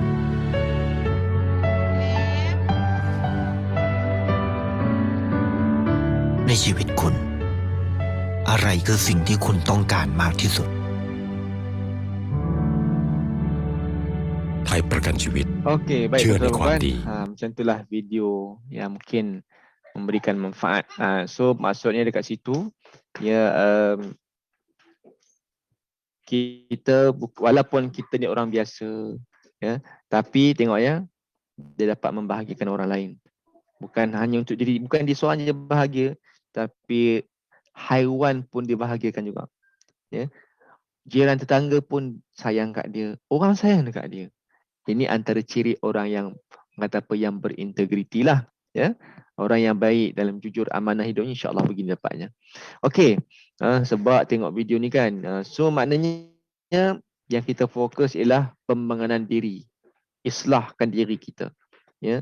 So orang nak kata apa, terpulanglah tuan-tuan. Hidup akhir zaman ni nak macam-macam, ujian banyak, tapi yang kita nak apa? Biar Tuhan pandang kita. Ya. Orang nak kata kita ini, tapi paling tidak aku bahagia.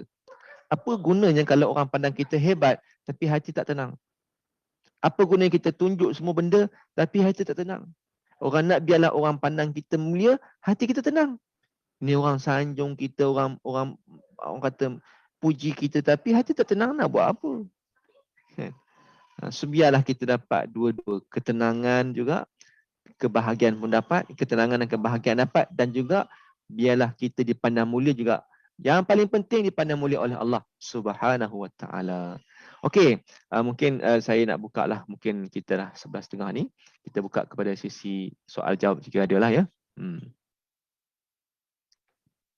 Terima kasih Ada terima kasih banyak atas ceramah yang telah diberikan. So sampai masa sekarang kita ke sesi soal jawab lah. Okay, sebelum kita buka sesi soal jawab ni, saya nak beritahu kepada semua penonton atau peserta pada hari ini, boleh mengemukakan soalan dalam chat box ataupun yang mendengar di Facebook tu boleh letak dalam ruang komen dan insyaAllah kita akan baca lah. So sebelum kita pergi ke soalan, saya mungkin nak buat saya mulakan dulu lah kot ya Ustaz untuk soalan permulaan ni. Saya tertarik dengan ceramah yang Ustaz berikan tadi, yang pertama sekali berkaitan dengan kita tu, harta, wanita dan takhta tu. Dan juga rasuah umpama anda mencuri duit bapa anda sendiri. Yang saya rasa sangat deep lah. Bila saya dengar tu memang first time lah saya dengar tu. So, mungkin boleh digunakan lah untuk kita dalam kita menyampaikan ceramah-ceramah berkaitan dengan rasuah ni. Okay, apabila kita bercakap soal hati ni, saya ada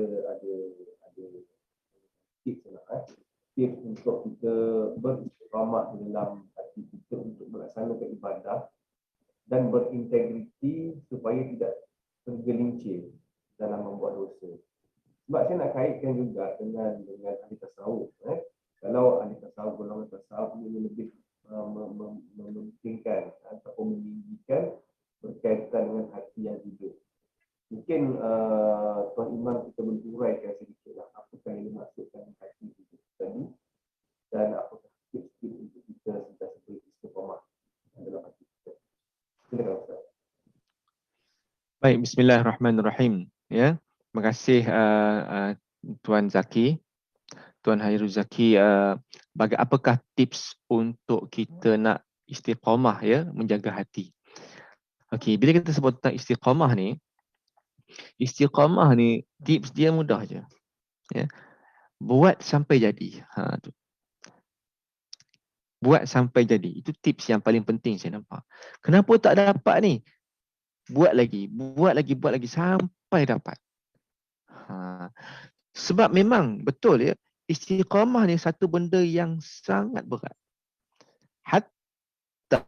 ayat Al-Quran turun tentang istiqamah dalam Al-Quran. Wahai Muhammad, istiqamahlah kamu dengan apa yang telah diperintahkan atas kamu. Sahabat kata, ayat ni turun sehingga Nabi ni beruban rambut Nabi. Sahabat perasan kenapa rambut Nabi beruban? Nabi kata apa? Sebab aku terlalu banyak duk risau, duk fikirkan tentang istiqamah ni. Sebab tu sebenarnya istiqamah ni berat. Nak buat baik tuan-tuan dan puan tak susah pun. Nak buat baik senang. Yang agak berat itu, beban sikit itu apa?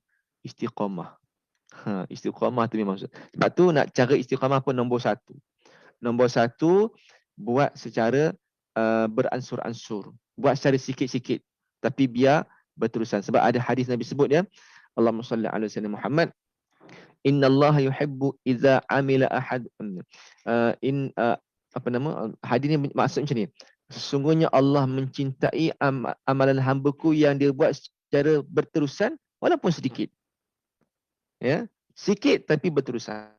Tak apalah, contoh ya. Kita nak sedekah. Sedekah RM1 pun tak apa. Tak mampu RM1, 50 sen ke 10 sen, tapi buat selalu. Ia membentuk kita supaya istiqamah. Sebab sampai satu tahap nanti kita akan biasa dengan perbuatan itu. Contoh ya.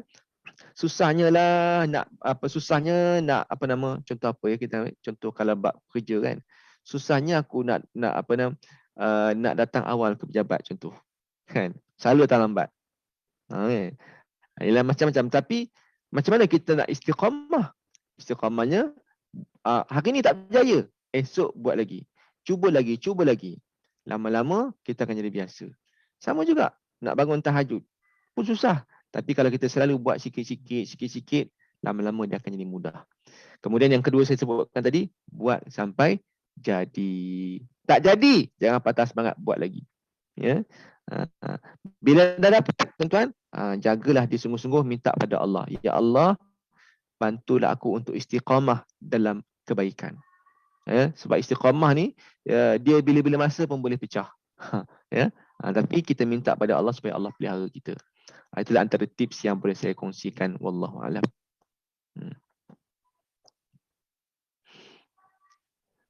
Okay, terima kasih kepada Imam kita. Ada satu soalan dalam chat box kita ni daripada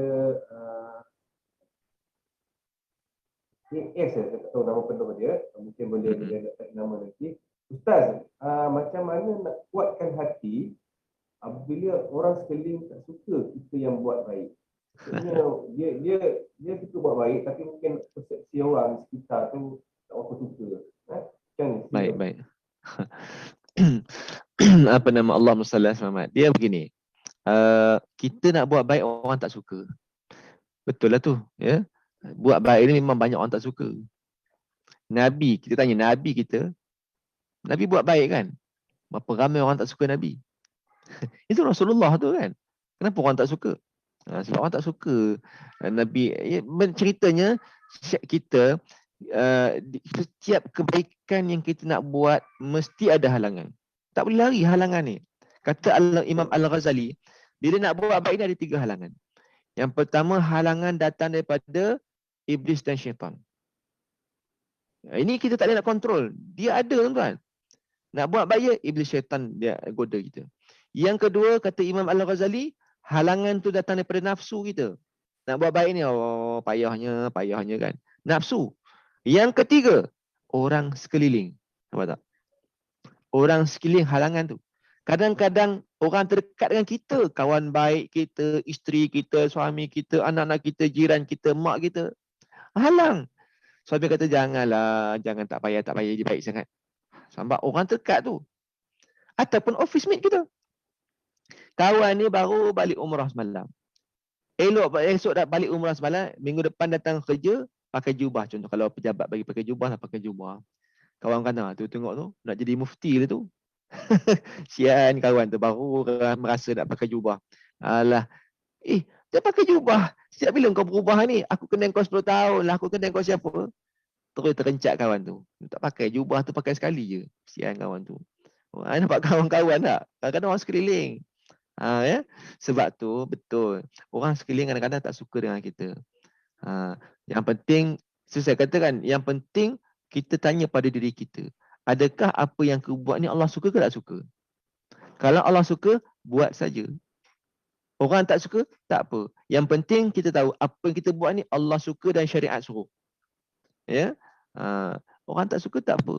Yang penting Allah suka. Jadi sekarang ni tuan, sebab tu saya nak petik juga kata Zunnun Al-Misri, seorang ulama, dia kata apa? Syarat nak ikhlas ni ada 3 syarat nak ikhlas. Yang pertama, minta maaf, bukan syarat.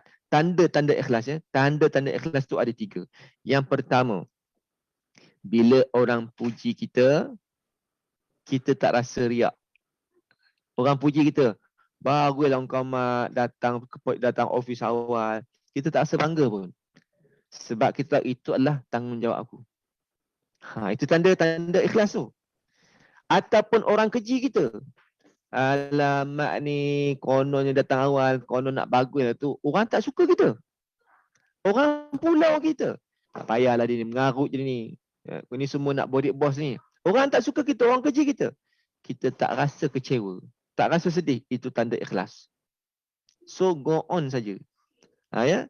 Orang tak suka kita, orang pulau kita, tak apa. Sebab aku tahu aku buat bukan kerana orang, bukan kerana bos, aku buat untuk Allah. Maka itu tanda ikhlas. Itu tanda ikhlas yang pertama ya. Orang puji kita tak rasa kembang, orang keji kita tak rasa kecewa. Yang kedua, tanda ikhlas yang kedua, bila kita buat satu kebaikan, ya, Allahumma salli ala Muhammad, kita melupakan kebaikan yang kita buat. Ataupun kita buat lupa apa yang kita dah buat. Biasa kita ni tentang buat baik, kita suka ingat. Kadang-kadang kita suka ingat benda tu kan. Betul lah, kadang-kadang tu susah lupa. Tapi paling tidak kita buat lupa. Kalau lupa lagi bagus.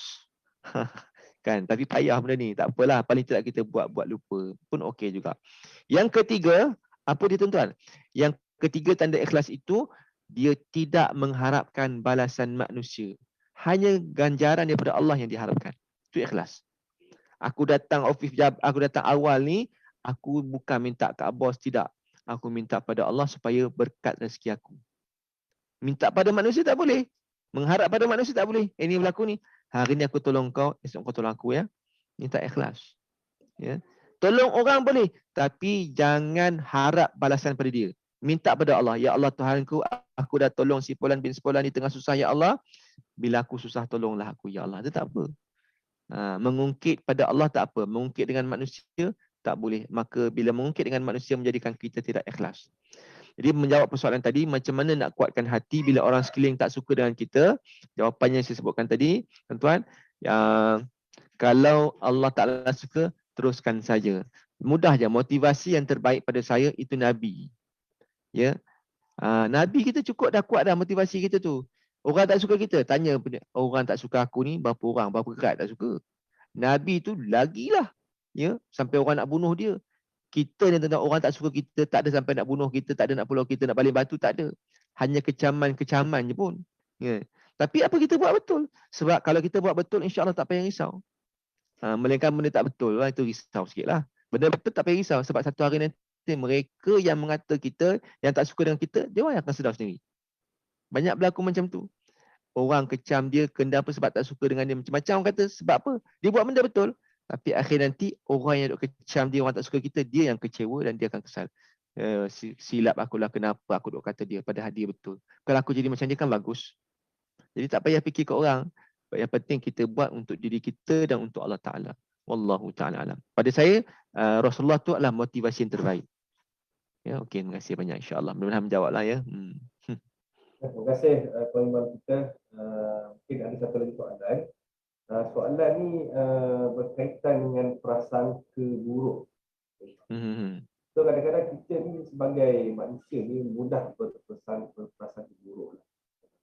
Baik, kita terus pada suuzon.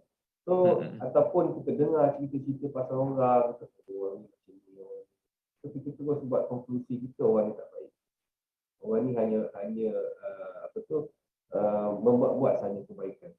So bagaimana kita nak elakkan diri kita ni pada sentiasa berprasangka buruk. Maksudnya mungkin kita nak pergi ke arah husnuzon tadi. Tapi tak nak pula nanti kalau orang tu betul-betul buat salah, orang tu ambil rasuah dan sebagainya, so kita sentiasa husnuzon pula. Kita tengok dia ni memang bermasalah selalu, memang tak lewat. Kadang-kadang dengar je. Ataupun kadang kita nampak pun kadang-kadang berbuat satu benda yang tak baik. Tapi kita masih nak berprasangka baik ataupun semua.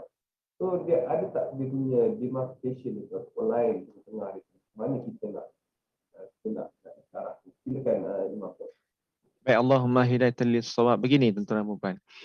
Dalam Al-Quran Allah Ta'ala disebut, ya ayyuhallazina amanu la tajassasu wa la yaghtab ba'dukum ba'dha. Mafhumnya begini. Allah kata jangan kamu mengintip-ngintip, ya. Sebab apa, nanti dengan perbuatan mengintip itu akan membuka pintu kepada kita mencari keburukan dia, kita mencari kesalahan dia. Sebab begini, bila kita mula mencari keburukan seseorang, maka kita akan nampak banyak keburukan. Ya. Setiap benda, kalau kita cari buruk, kita akan nampak buruk. Dan banyak kita akan nampak. Macam mata lalat lah ya. Mata lalat dia nampak buruk je kan. Dia tak nampak baik walaupun dia lalu di kawasan padang bunga sekalipun. Taman bunga. Dia tak nampak cantik. Sebab dia nampak yang dia carilah najis, benda-benda sampah. Ya. Jadi manusia pun macam tu. Kalau dia memandang buruk, walaupun kita pergi Mekah sekalipun. Lepas tu Hamka ya, Buya Hamka ditanya orang.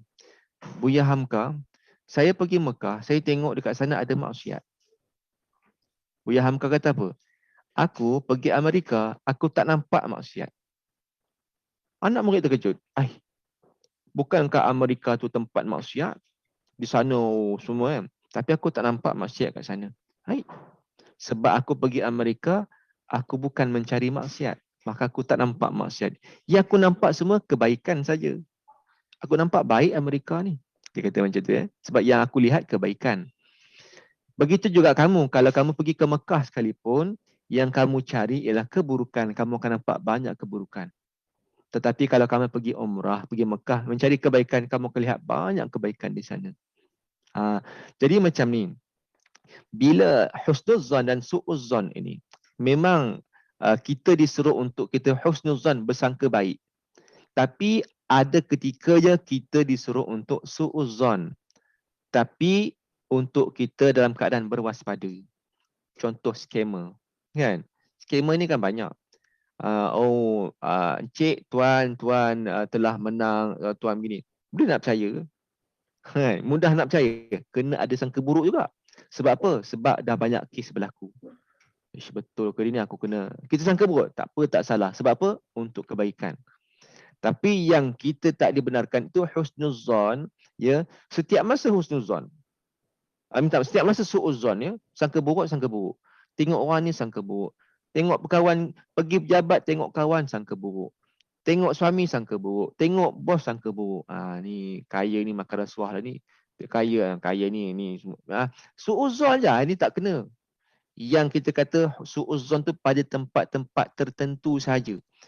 Yang orang yang kita tak kenal, kita perlu juga kan. Orang datang dan minta tolong, siapa ni, takut dia perompak sebagainya. Dan orang pecah rumah kita tengah-tengah malam. Tekan loceng, orang pecah masuk rumah, dengar orang pecah masuk. Tak apalah tu, itu mungkin kucing je kot. Padahal ada dengar ada orang bercakap di bawah tu. Kita sangka orang, kucing. Mana kucing bercakap? Kan? Jadi maknanya perlu juga sangka buruk dekat situ. Su'uzan. Untuk kita berjaga-jaga. Maknanya dekat sini tuan-tuan dan puan. Yang pertamanya, husnuzan setiap husnuzan pada orang. Dia macam ni. Kalau kita tengok contoh. Tengok bos, jangan sangka buruk terus. Tengok kawan, jangan sangka buruk. Melainkan kita nampak dengan bukti yang jelas. Bukti jelas tu, dah jelas. Itu betul lah.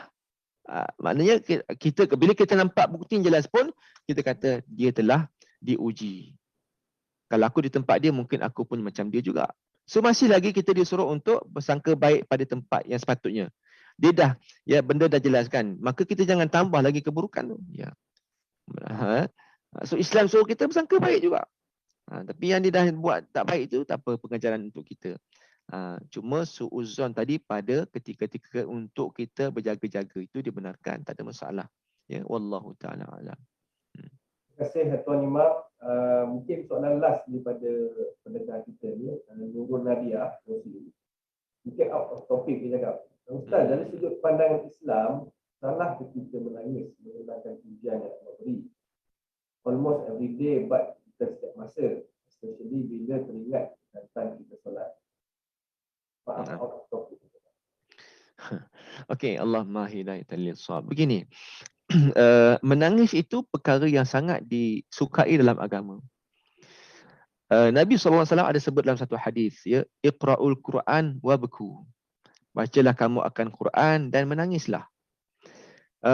Kalau kamu fa'illam tabku fatabaku. Kalau kamu tidak menangis, maka buatlah menangis. Itu hadis tu. Dia kata bacalah Quran dan menangislah. Kalau kamu tidak boleh menangis, maka buatlah menangis. Supaya nak mendatangkan kekhusyukan dalam hati. Maka kita buat menangis-nangis itu akan mendatangkan, membantu juga. Contoh kita Allahu Akbar. Ya, kita cuba khusyuk, fokus dalam solat. Kita mengenangkan dosa kita, kita melihat Allah tu Maha Besar. Maka kita cuba khusyuk dan kita buat menangis. Itu tak apa, tak ada masalah dan memang disuruh pun. Supaya nak mendatangkan kekhusyukan. Kalau menangis itu lagi baik. Mengenangkan dosa-dosa dan sebagainya. Sebab menangis ini boleh air mata ni, air mata yang sangat dicintai dalam agama kita, air mata yang mengenangkan dosa. Sebab dia boleh memadamkan api neraka. Ya, maka itu baik. Menangis pada perkara itu akan melembutkan jiwa kita dan boleh memadamkan api neraka kita, membantu. Sebab tu pada saya mengenangkan ujian yang Allah beri. Ujian ya, sebenarnya menangis kerana mengenangkan ujian itu satu nikmat. Kerana dengan tangisan itu menjadikan hati kita makin lembut dan kita makin dekat dengan Allah Taala. Ya, sebab menangis ini dia bukan dibuat-buat, dia datang daripada hati. Dia buat-buat dia tak jadi. Datang pada hati. Dia ialah bukan boleh dipaksa kan. Dia akan datang daripada hati. Contohnya walaupun pelakon sekalipun, dia berlakon. Kan kadang-kadang wataknya menangis. Agak-agak dia menangis sebab apa? Nangis macam real kan? Mestilah dalam watak lakonan dia mesti dah dia tengokkan satu momen yang menyedihkan menyebabkan dia menangis. Walaupun dia berlakon saja. Tapi saya yakin kenapa dia boleh menangis sebab mesti dia cuba mendalami watak itu dan dia merasai seolah dia berada di tempat itu ataupun mungkin dia cuba mengenang cerita-cerita lama yang menyedihkan dia, maka dia mudah menangis. Benda kan boleh buat. Sebaguslah tu. Jadi insyaAllah yang cuma dalam solat ni kena hati-hati dalam kita menangis, jangan sampai kalau kita terresak-resak ya, kalau boleh kontrol supaya takut nanti boleh mengubah makna ayat kan. Alhamdulillahi Rabbil Alamin. Contoh kan, kita menangis kita putus-putus, maka kita kena berhenti, kena ulang balik. Alhamdulillahi Rabbil Alamin. Tak boleh putus. Sebab dia boleh merosakkan rukun solat. Itu je kena hati-hati. Ya, dan nangis dalam solat jangan pula menangis meraung. Ya Allah, banyaknya dosa aku. Ya Allah, batal solat. Sebab bercakap dalam solat ya. Wallahu ta'ala alam. Ya, Ustaz, Tuan Imam kita, Alhamdulillah kita dah selesai. Saya rasa kita punya sesi ceramah pada pagi ini. Dan saya masih lagi terngiang-ngiang lah Tuan Imam nasyid tadi tu. Masya Allah. Tak nak join nasyid ke Tuan Imam kita? Kita ada grup ke? Dulu adalah dulu. Ada. Dulu pernah lah kerja pencen dah. Allah. Okey. Sebab saya tengok background Tuan Imam kita pun daripada UAE dulu. So kita satu kapal lah sebenarnya Tuan Imam, insyaAllah. Dan Alhamdulillah saya rasa kita dah selesai dan saya mungkin buat recap sedikit Tuan Imam berkaitan dengan ceramah kita pada hari ini. So banyak yang kita dapat pada hari ini, utamanya berkaitan dengan surah Al-Mu'minun, berkaitan dengan orang yang berjaya, antaranya khusyuk dalam solat, jauh dari sia-sia, mengeluarkan zakat, menjaga kehormatan dan berjaya solat. Maknanya kunci dekat situ tuan-tuan puan. Kunci untuk kita jaga hati kita ni adalah dalam solat kita sendiri. Dan juga tanda-tanda ikhlas. Bila orang puji kita, kita tidak riak. Bila orang keji, kita tidak sedih, marah ataupun kecewa.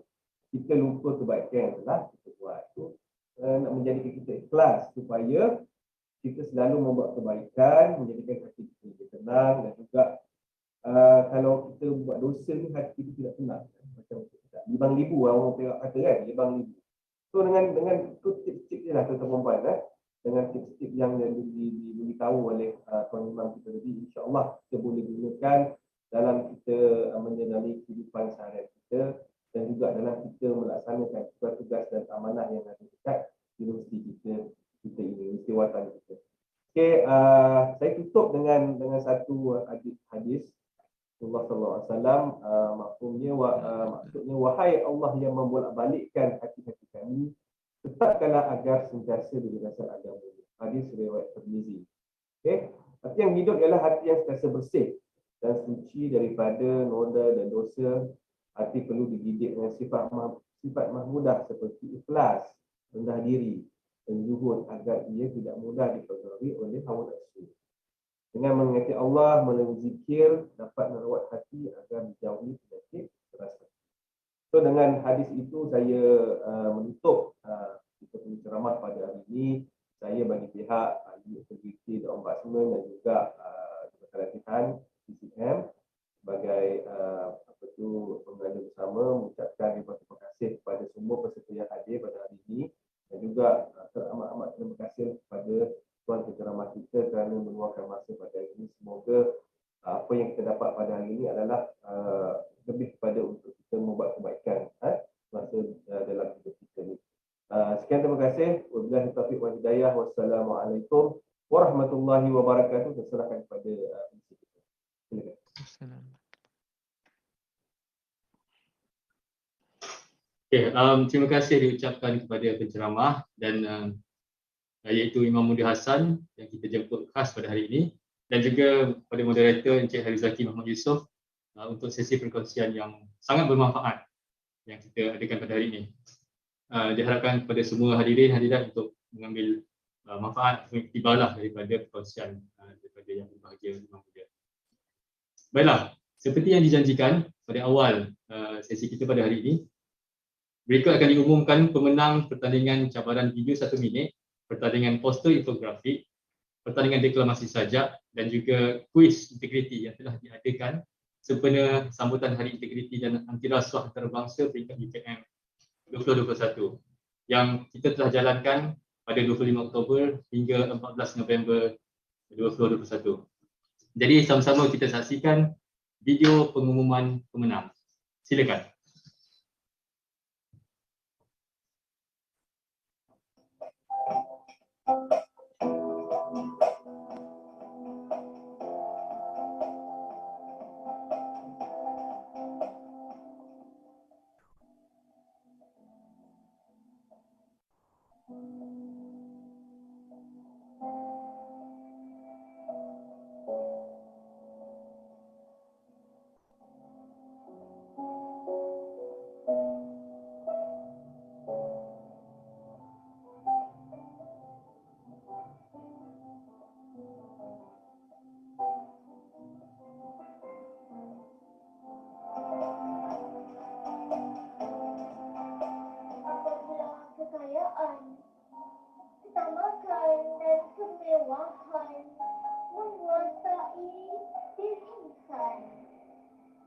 Kau timbul dengan pribadi berbeza bersama jati diri yang sederhana.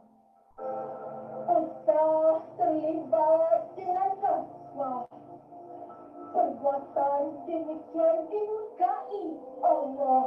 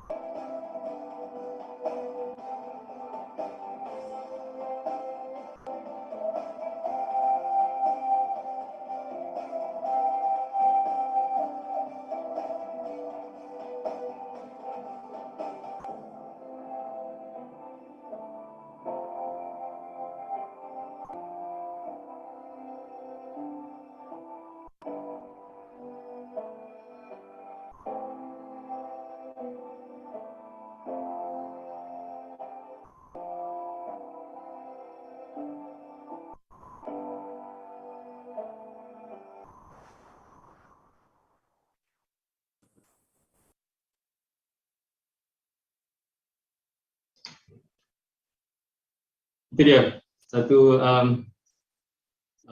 pengumuman pemenang bagi pertandingan-pertandingan yang telah kita adakan pada tahun ini. Tahniah diucapkan kepada semua pemenang dan para pemenang akan membawa pulang hadiah wang tunai serta sijil penyertaan. Mohon juga kepada para pemenang untuk menghubungi urus dia untuk menuntut hadiah melalui saluran telefon, email maupun chat di Facebook Unit Integriti dalam Laksaman Digital. Tahniah sekali lagi kepada semua pemenang. Baiklah, selesai sudah sesi perkongsian kita pada pagi ini. Dengan itu, kami di pihak Rustia mengucapkan ribuan terima kasih kepada penceramah jemputan Tuan Imam Muda Hassan dan juga kepada semua peserta yang telah sama-sama hadir dalam perkongsian pada hari ini. Terima kasih juga diucapkan kepada semua yang terlibat secara langsung maupun tidak langsung dalam menjayakan sesi webinar ini. Kami mohon maaf di pihak Unit Integriti dan Ombudsman dan juga Unit Latihan dan Perkembangan Kerjaya Jabatan Sumber Manusia Hospital Chancellor Tuanku Muhriz dengan kerjasama Angkatan Mahasiswa Antirasuah UKM. Jika penganjuran pada kali ini terdapat sebarang salah dan silap.